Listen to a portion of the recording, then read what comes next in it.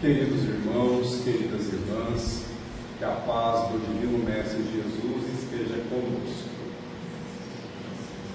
Primeiramente, gratidão ao Senhor pela oportunidade de estar mais uma vez nesta casa tão abençoada, tão iluminada, para que nós possamos estudar alguns ensinamentos de Jesus à luz da doutrina espírita. E o tema, conforme foi divulgado entre os companheiros da instituição, é a justiça da reencarnação.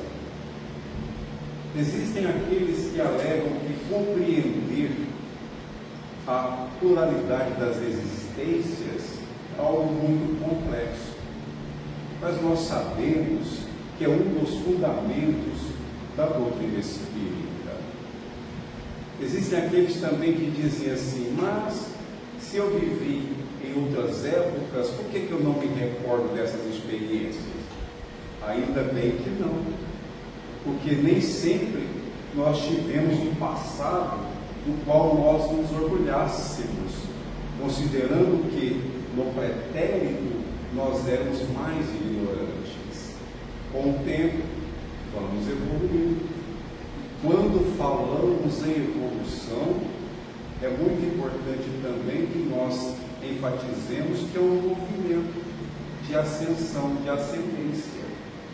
Todos nós estamos evoluindo, uns mais, outros menos, cada um está em degrau evolutivo. Alguns espíritos foram criados antes de nós. E neste exato momento, Deus está criando espíritos. Vejamos, perante esses, nós estamos em degraus mais elevados. E para que nós possamos conversar a respeito da reencarnação, eu peço licença para ler a questão 132 de O Livro dos Espíritos, capítulo 2, Encarnação dos Espíritos. O professor Allan Kardec perguntou: qual o objetivo da encarnação dos espíritos? E os luminares da humanidade responderam: Deus a impôs a eles com o objetivo de os fazer chegar à perfeição. Para alguns é uma expiação, para outros é uma missão. E continua a resposta. Mas vamos pensar um pouco a respeito do início dessa explicação dos Espíritos. Deus impôs a encarnação a nós para que cheguemos à perfeição. Quando se fala em perfeição, nós compreendemos que nós teremos qualidades superiores. E quais são as qualidades inferiores que nós devemos superar? O orgulho, o egoísmo, a vaidade, a ambição, a avareza, enfim, os vícios morais. Quando nós falamos de perfeição, ao nos referirmos à condição de espírito puro, nós temos um modelo e guia que todos nós conhecemos pelas suas obras. Jesus. Jesus é o Espírito mais perfeito que veio ao mundo. E ele representa para nós o que seremos no porvir.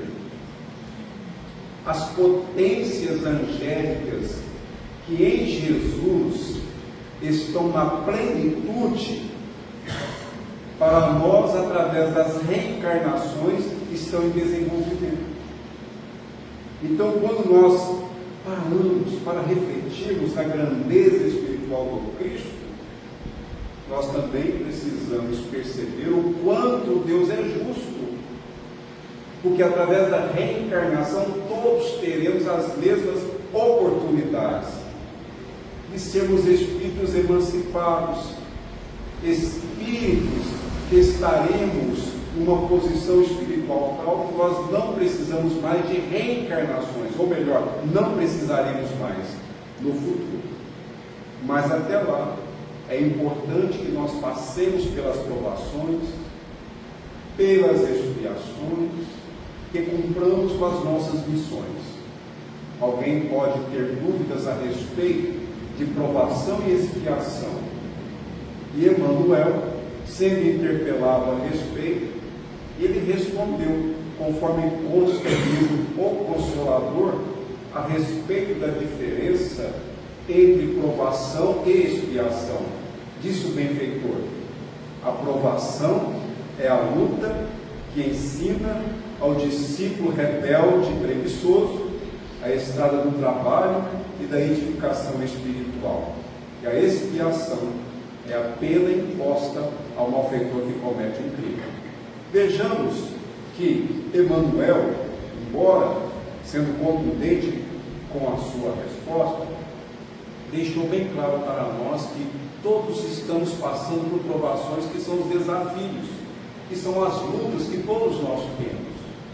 E nesta questão 132, tem um comentário muito interessante dos Espíritos a respeito das vicissitudes da vida.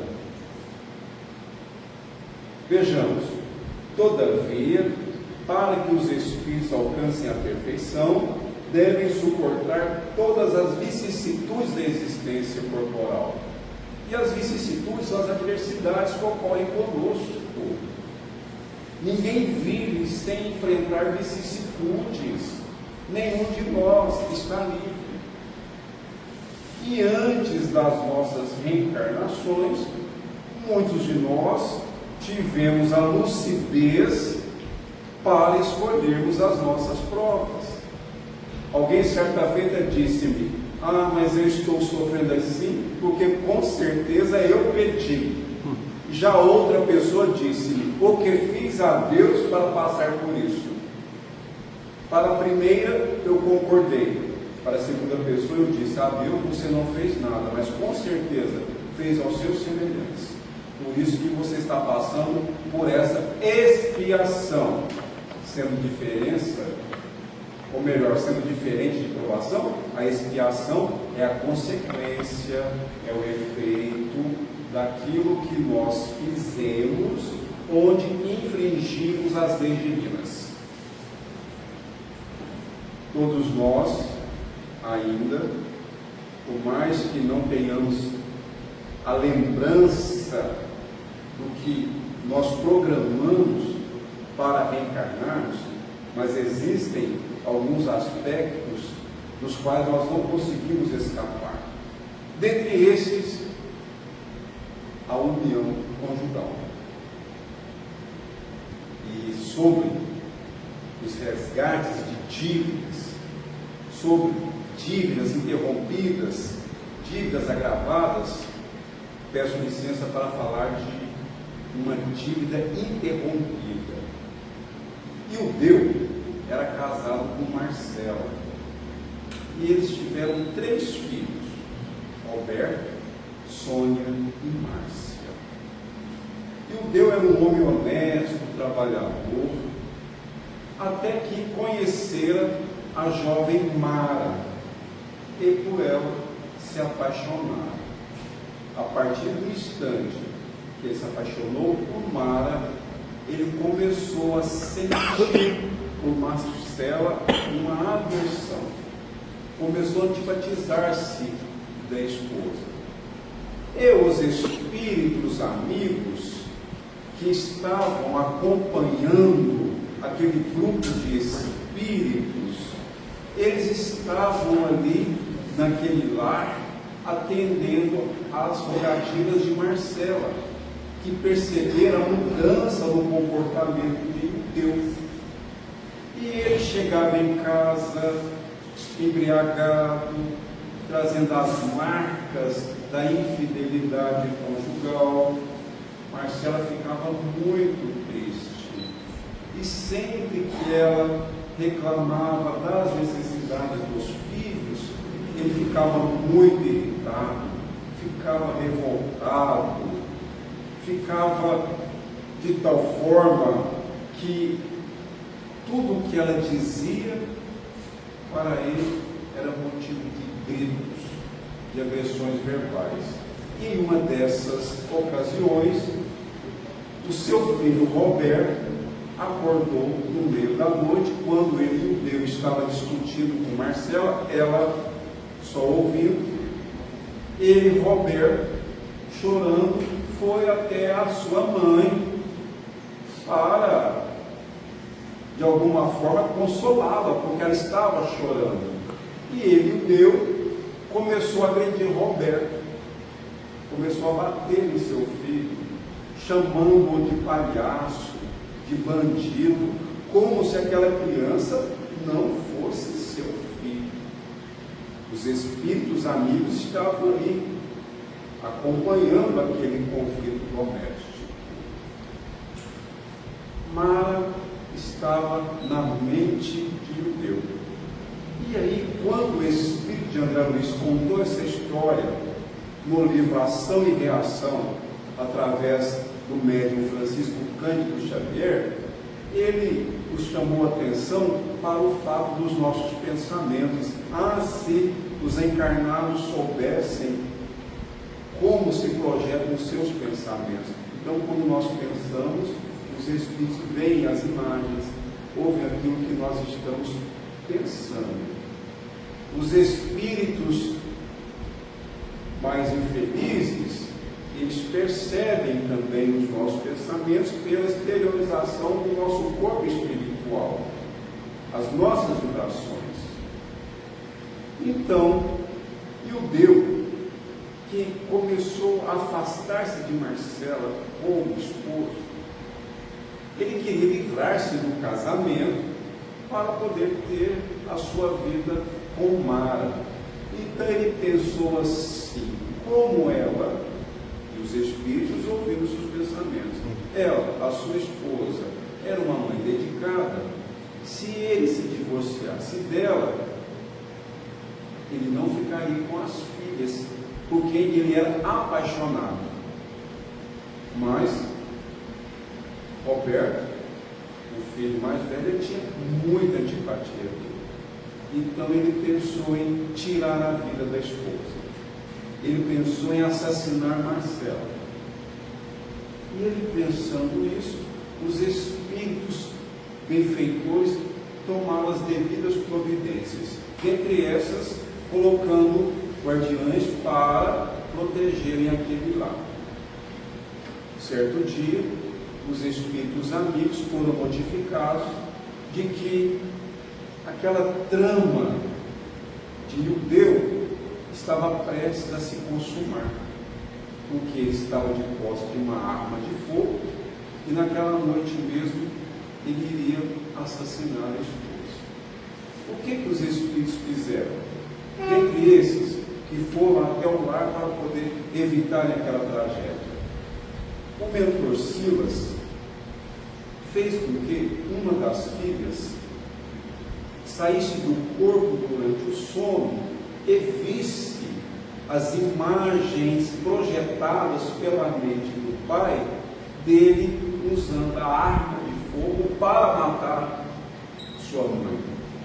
E aí, quando o espírito da criança que estava afastado através do sono, parcialmente do corpo, viu aquelas imagens, voltou para o corpo físico, correndo e acordou gritando: não mates papai, não mates papai. E naquele momento ele estava com uma arma na mão, querendo abrir a porta do quarto, mas com os gritos da filha, Marcela acordou e viu o esposo com a arma na mão.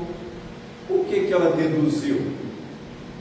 Que ele iria se matar, porque ele havia dito que não aguentava mais aquela vida, numa das suas instruções, e que ele só tinha duas saídas: o divórcio ou o suicídio.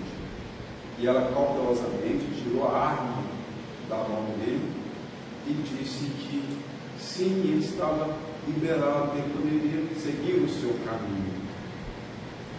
Naturalmente, para ele foi uma justificativa que ele não esperava.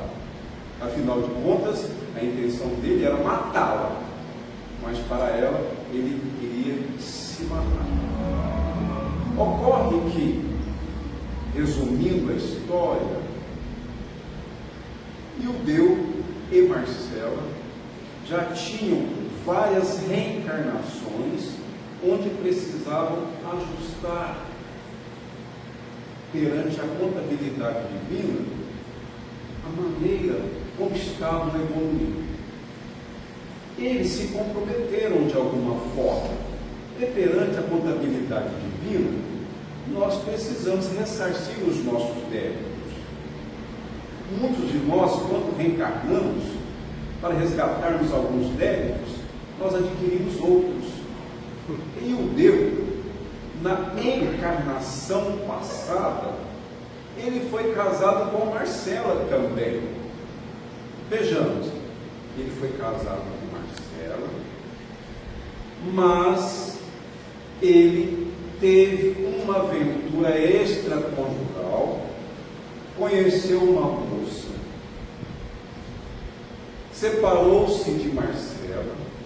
Essa moça tinha uma irmã caçula que ela cuidava, e ele, Ildeu, desta existência, o mesmo do passado, esperou a irmã mais nova desenvolver-se e a envolveu também em suas aventuras amorosas.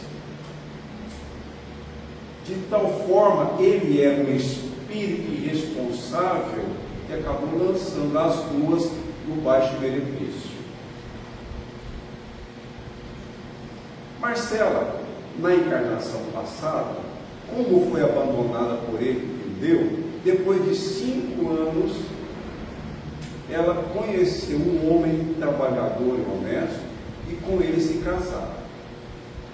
Ildeu, depois de algum tempo, vivendo irresponsavelmente, ficou doente e procurou Marcela, não como esposa, mas sim para escravizá-la, para que ela cuidasse dele.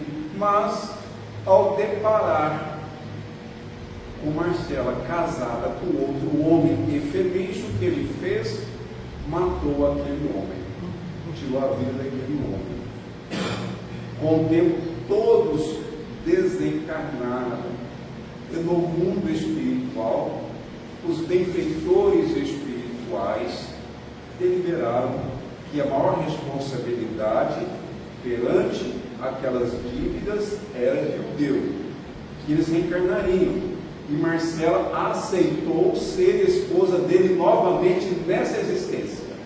Vejamos a aprovação. Então, reencarnaram.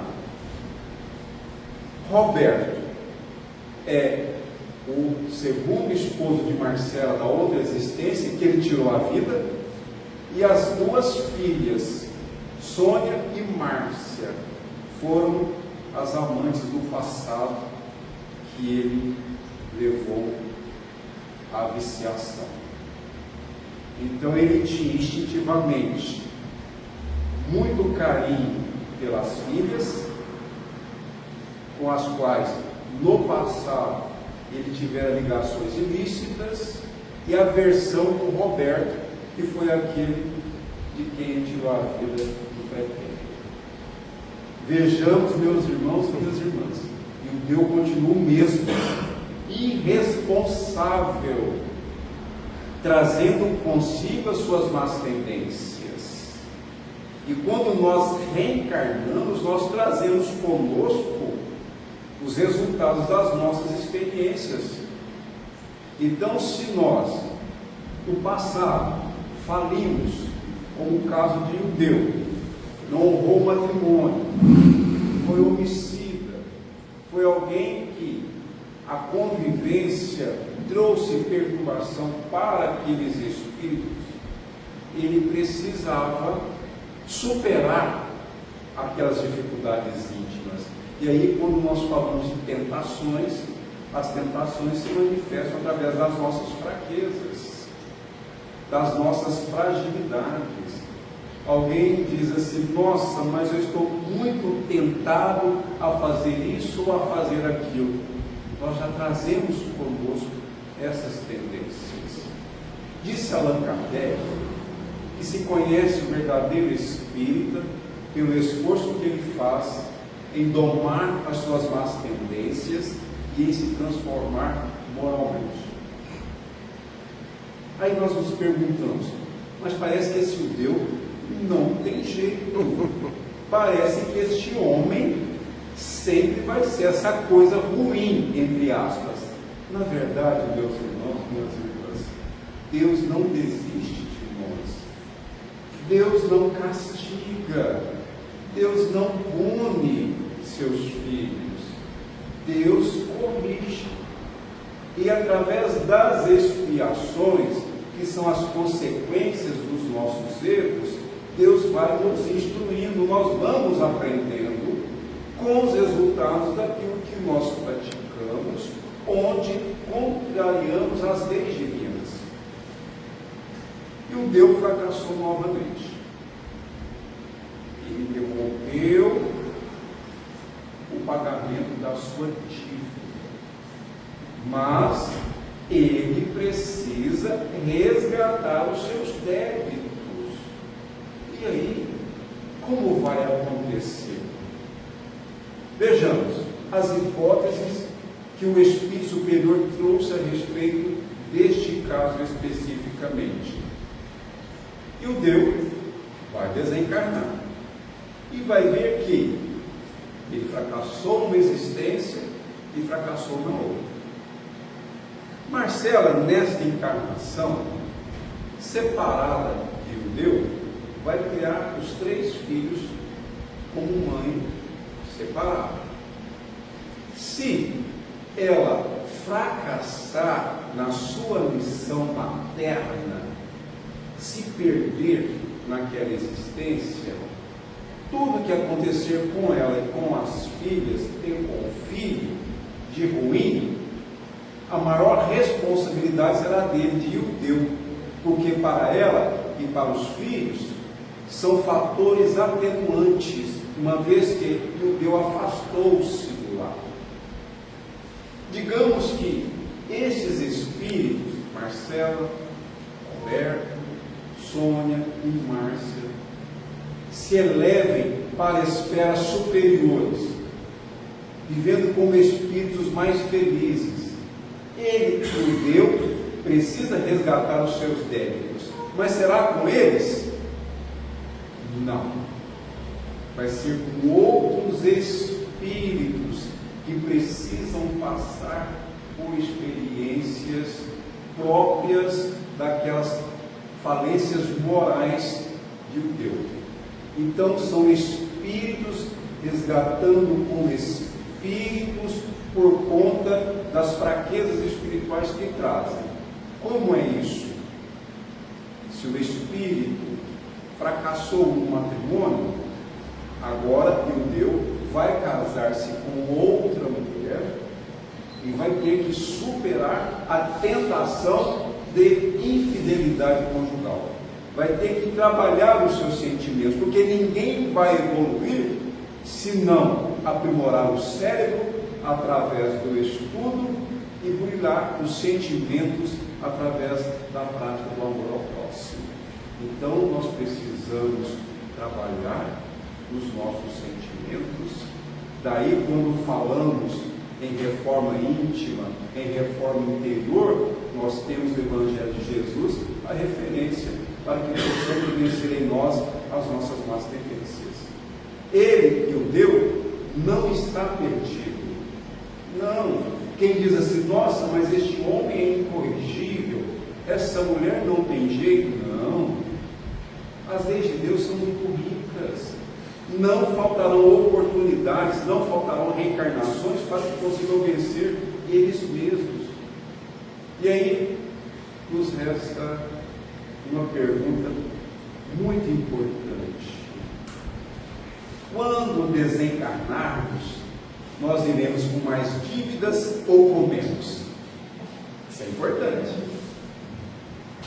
Nós vamos chegar no plano espiritual mais aliviados ou preocupados com aquilo que nós fizemos nessa encarnação. Porque existem os limites para as nossas encarnações. Nós não vamos reencarnar para sempre. Consta o Evangelho segundo o Espiritismo. E qual é o limite para a encarnação?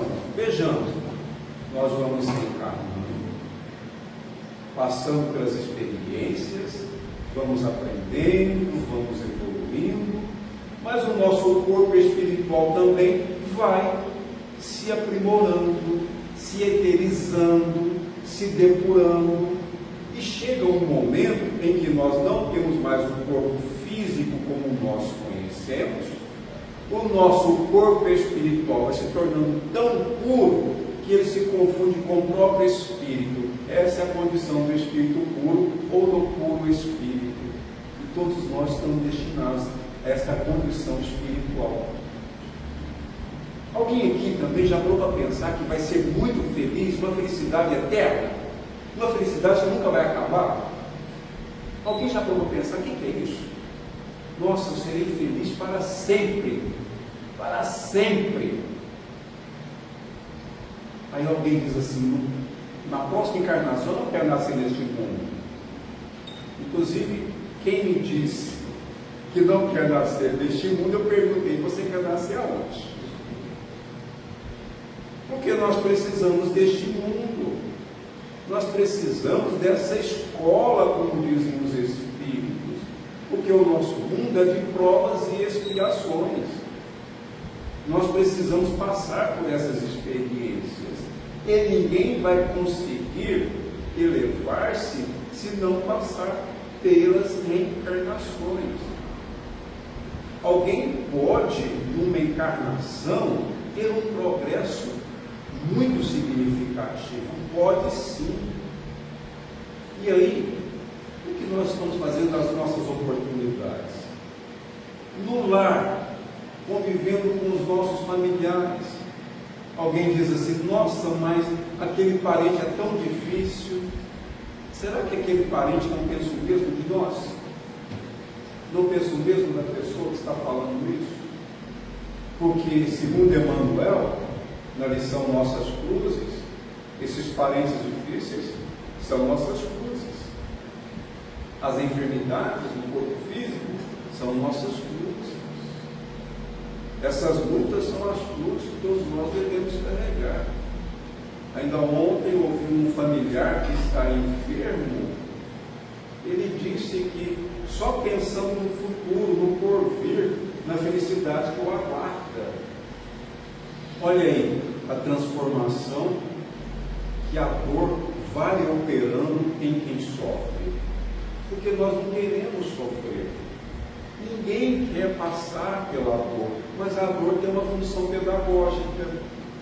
Nós não queremos sofrer, mas Jesus disse, bem-aventurados que choram, porque serão consolados. E aí a pessoa comentando da sua dor, diz, Jesus sofreu muito mais e nada devia. Então Jesus sofreu e nada devia. E o seu sofrimento, a sua crucificação, representam para nós os nossos martírios. Sejam conflitos íntimos, sejam os problemas desafiadores que todos nós temos. Porque o maior inimigo que nós enfrentamos na nossa existência encontra-se em nós mesmos. Alguém fala assim, eu sou tão humilde. Pronto, não é.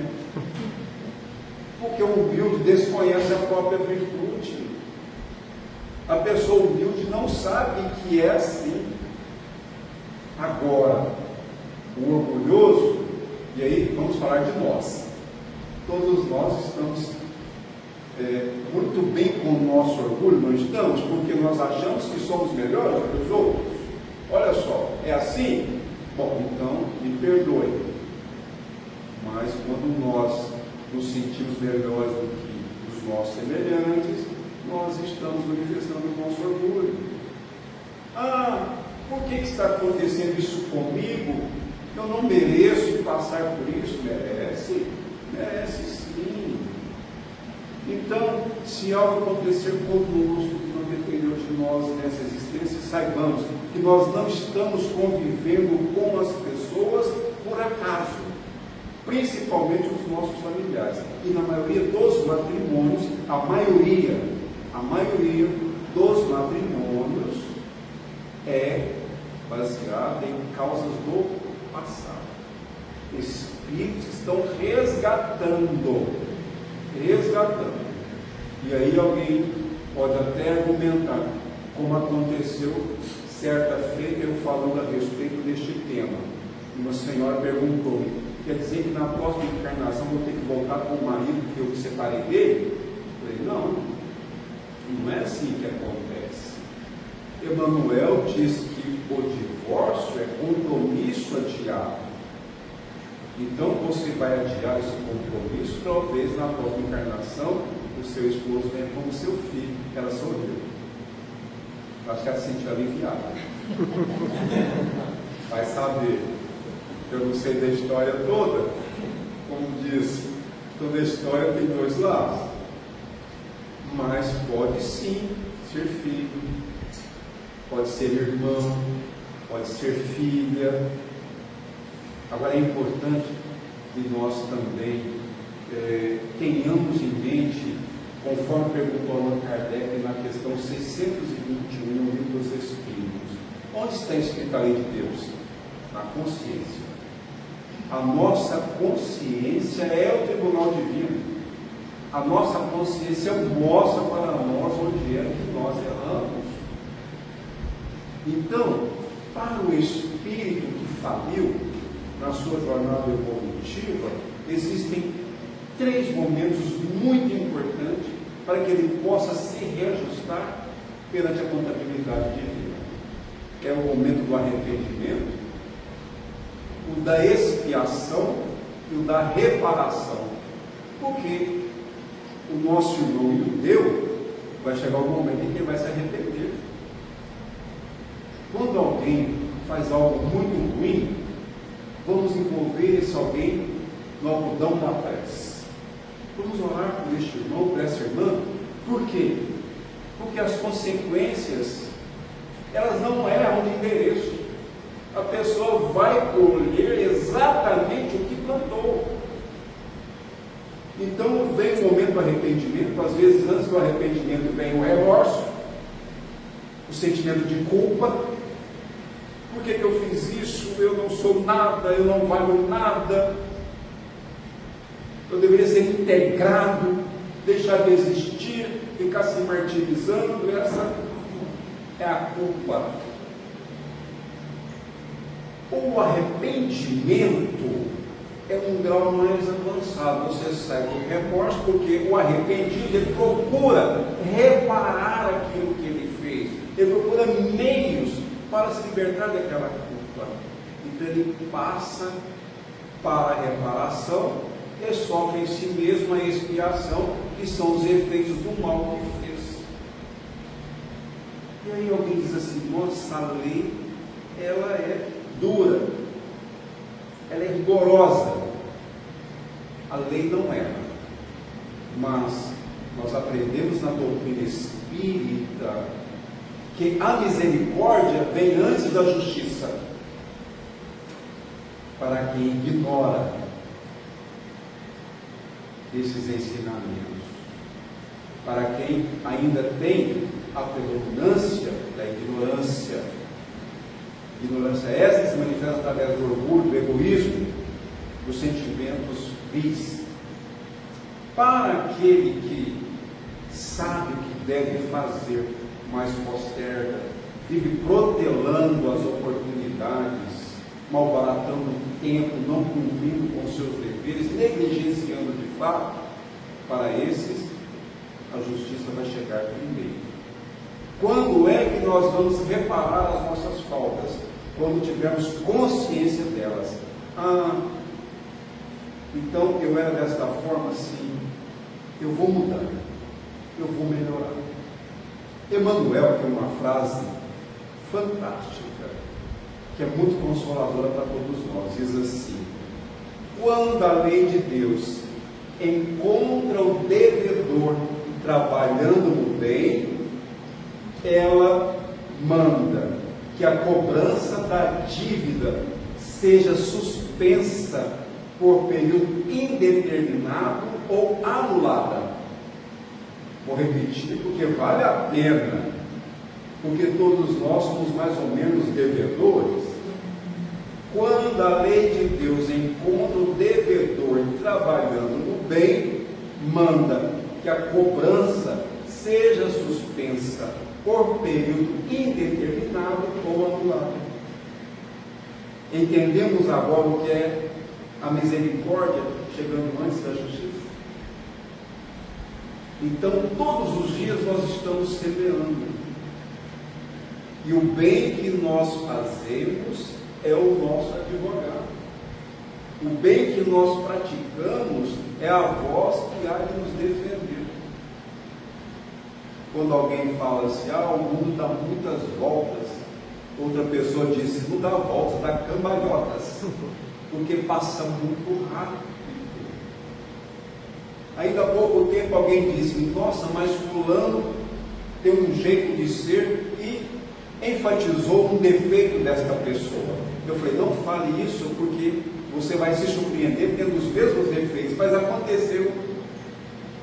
Porque você fica observando a imperfeição do outro e vai inconscientemente internalizando-a, vai assimilando-a, vai introjetando-a. Pensamos em alguém? Parece que ficamos preocupados. Porque nós não deixamos passar a imperfeição do outro, as imperfeições dos outros. É incrível. E as virtudes?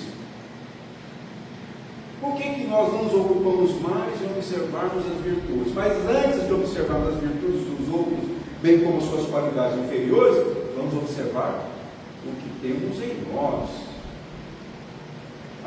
Mas eu não consigo vencer os maus pensamentos. Meu irmão, minha irmã, todos nós podemos ter maus pensamentos. O problema está em permitir a demora desses maus pensamentos na mente. É não deixar que esses maus pensamentos perpetuem, fiquem muito tempo na mente. E como é que nós vamos vencer os maus pensamentos? Com vigilância e oração. Oração e vigilância. E trabalho no bem. Servir aos nossos semelhantes. Fazer a caridade, que é o amor em ação. É um instrumento que Deus nos proporciona para que nós possamos vencer o nosso maior inimigo, que está em nós mesmos. É a sombra, como diz na psicologia, porque todos nós trazemos aí algumas dificuldades nos relacionamentos, a nossa vida em sociedade, no trabalho profissional, na convivência familiar. Às vezes nós achamos que os problemas estão nos outros, quando na verdade nós é que projetamos nos outros os problemas mal resolvidos em nós mesmos. Será que nós já aprendemos a olhar Deus no próximo? Certa feita perguntaram, amada e tremendo, perguntaram a respeito como ela via Deus. Ela disse, no próximo. Ver Deus no próximo é muito amor.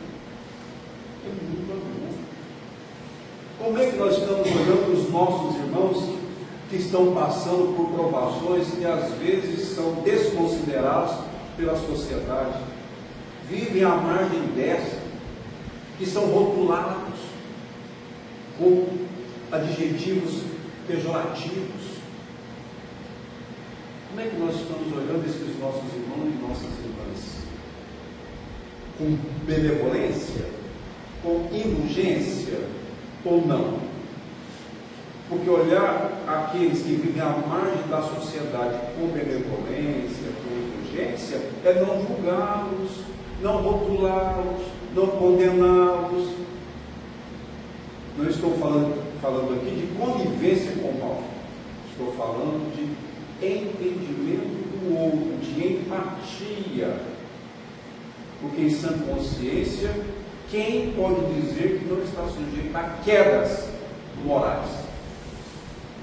Quem aqui já conseguiu consolidar em si as virtudes em que Jesus Cristo é o expoente maior?